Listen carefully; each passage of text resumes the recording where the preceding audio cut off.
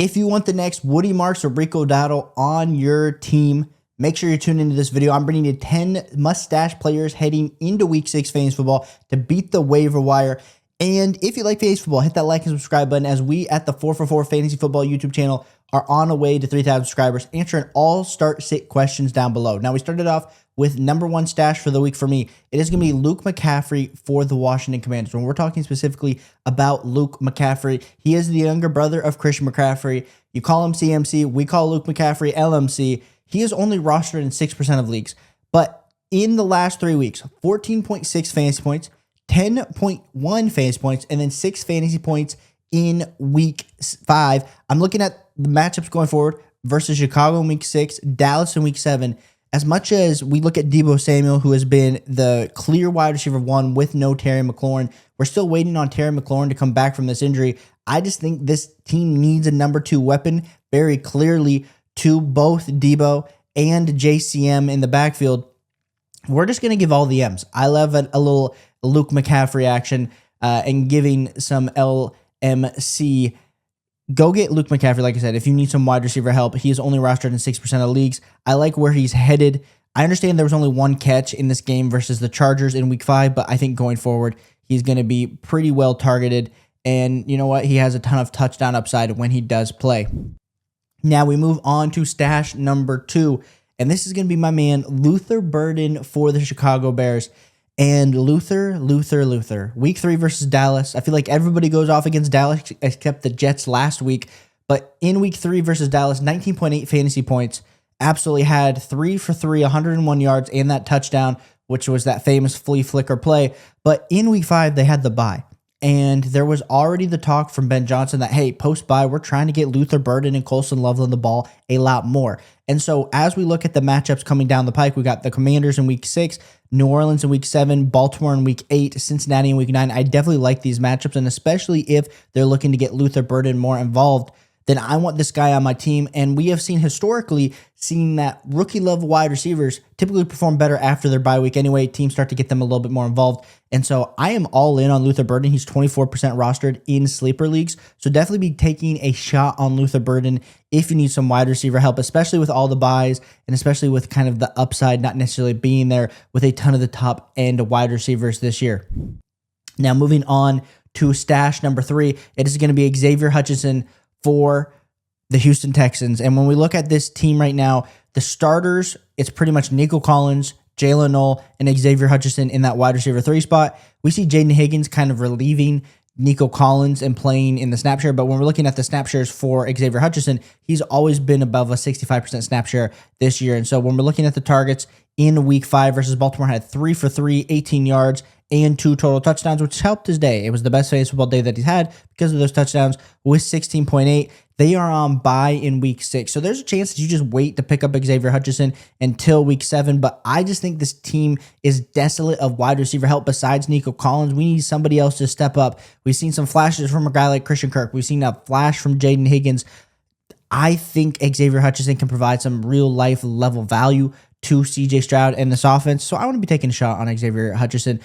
Now, I prefer LMC and I prefer Luther Burden over Xavier Hutchinson, but if you're playing in a little bit deeper league, he's only 1% rostered, so definitely go check him out. Now, we move on to some running backs that you probably should be stashing heading into week 6 fantasy football. And the first guy is going to be Brashard Smith, and I feel like the drumbeat has started to kind of drum from the dynasty community about Brashard Smith. That's really impacted the redraft fantasy football community. When we're talking about a guy that over the last 2 weeks has had 6 fantasy points in each of those outings, only though he played 26 and 9% of the snaps. So 26 and 9, that's not a large percentage. And Andy Reid and both Patrick Mahomes have mentioned how they need Brashard Smith to get more involved.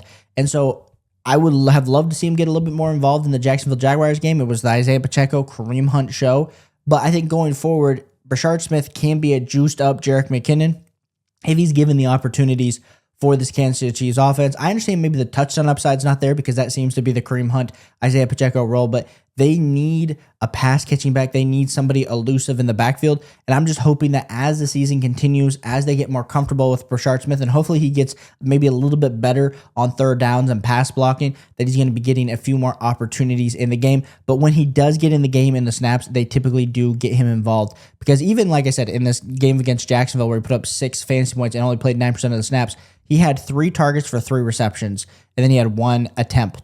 So, you know what? 4 touches and 9% of snaps feels really, really good for Brashard Smith as well. So definitely go target some Brashard Smith. And I know he's getting kind of all the returning in the kick return game as well. So there is a little bit of an explosion there. I don't know if your league settings have anything for kick returning. That would be something that you could potentially look at as well. Moving on to my next running back stash. It is going to be Ray Davis for the Buffalo Bills. And I understand these guys are backups. But what we saw the last few weeks with Rico Dowdle, with Woody Marks, that you almost have to get ahead of the chains. There's not going to be a starting running back that just opens up for most people on waivers. If you're playing in competitive leagues, you almost have to get these guys a week or 2 ahead and kind of be seeing some of the trends. And we look at Ray Davis, he's 16% rostered, and he is not getting on the field unless something were to happen to James Cook.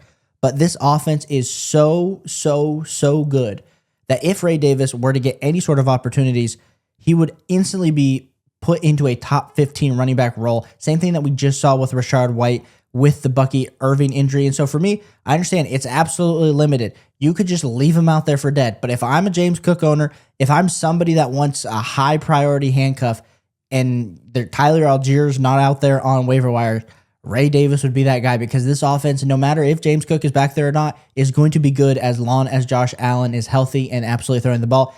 Ray Davis is 16% rostered, so make sure you go check out some Ray Davis if you haven't already.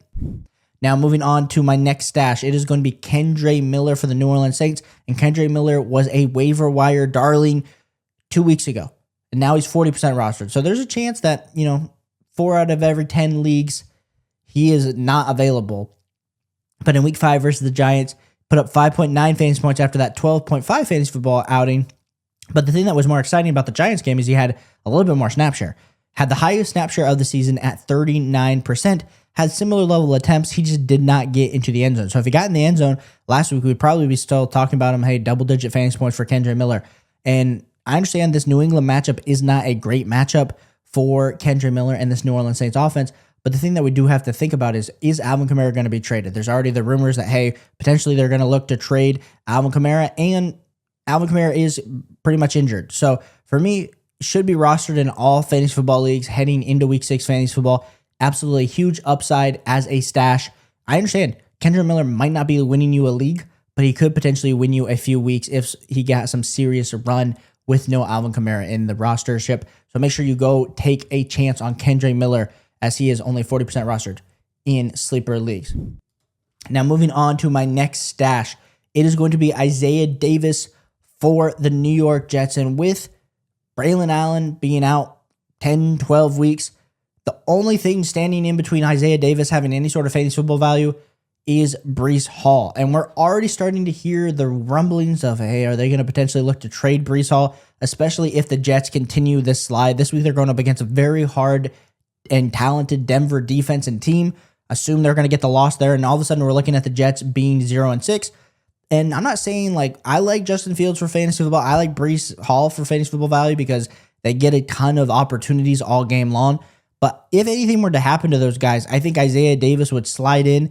And I'm not saying he's even going to be, he wouldn't be a top 20 running back, top 25, but he'd be a top 30. What we saw just happen with Michael Carter would kind of be that same range of what I think could potentially happen to Isaiah Davis if something were to happen to Breece Hall or Breece Hall were to be traded.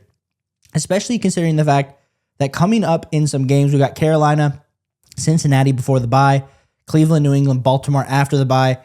I just want to sum Isaiah Davis. He's 10% roster. So if you own Breece Hall, you 100% need to be owning Isaiah Davis. And if you don't, and some of these other players ahead of in this video are not available, then 100% go add Isaiah Davis. I think he needs to be rostered, especially as a high priority handcuff, considering the fact that there's really only one thing standing in between him and the field and getting a ton of opportunity, and that is Breece Hall.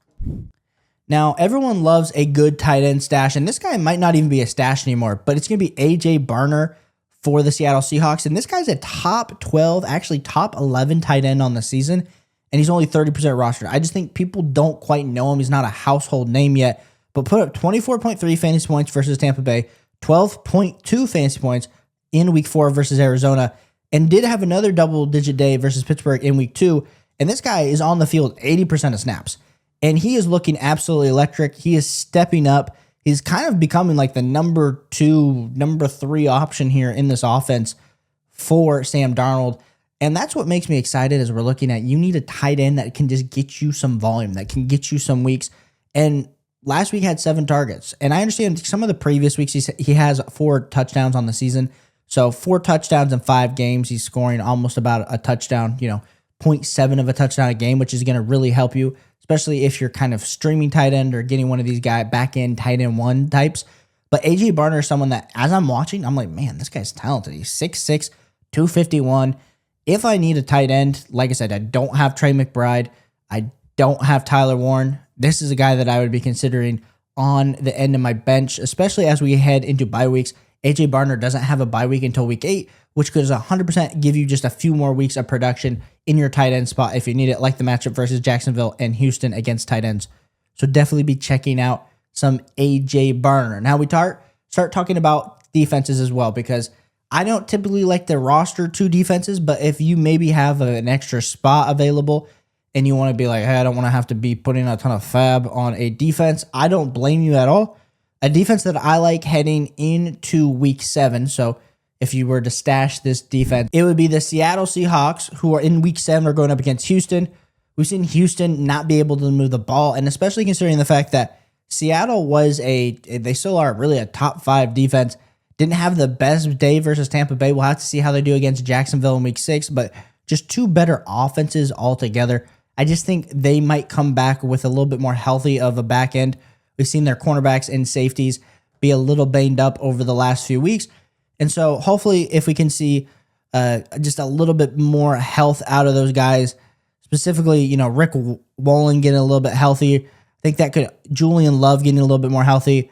I think that would make me feel a little bit better about this defense altogether, as well as DeMarcus Lawrence. So I just think this week 7 matchup looks great. I understand their roster in 53% of the league. So this is like 1 out of every 2. Seattle's going to be available. Definitely go check out Seattle Seahawks defense heading into week 7 fantasy football. And my last and final defense that I'm giving you is going to be the New England Patriots, who right now are 69% rostered, going against New Orleans this week. And then in week 7, they're going up against Tennessee. This is an absolutely great 2-game stretch of games. So a lot of people already picked them up because they are the number 6 defense on the season. But if for some reason they're available, like I said, they're right now 69% roster. So maybe this isn't necessarily a stash, but my editor, John, always tells me, give me the best matchups next week for defenses to let people know about. And I do think the New England Patriots have a really good matchup heading into week 7 fantasy football. But if you like fantasy football, hit that like and subscribe button as we are on the way to 3,000 subscribers. I am answering every start sit question that gets asked here in the comments. We are posting videos each and every day of the week. So we want you here in the community that we're building over here on 4for4. So we appreciate you. Hit that like button on your way out, and I'll catch you on the next one. Peace.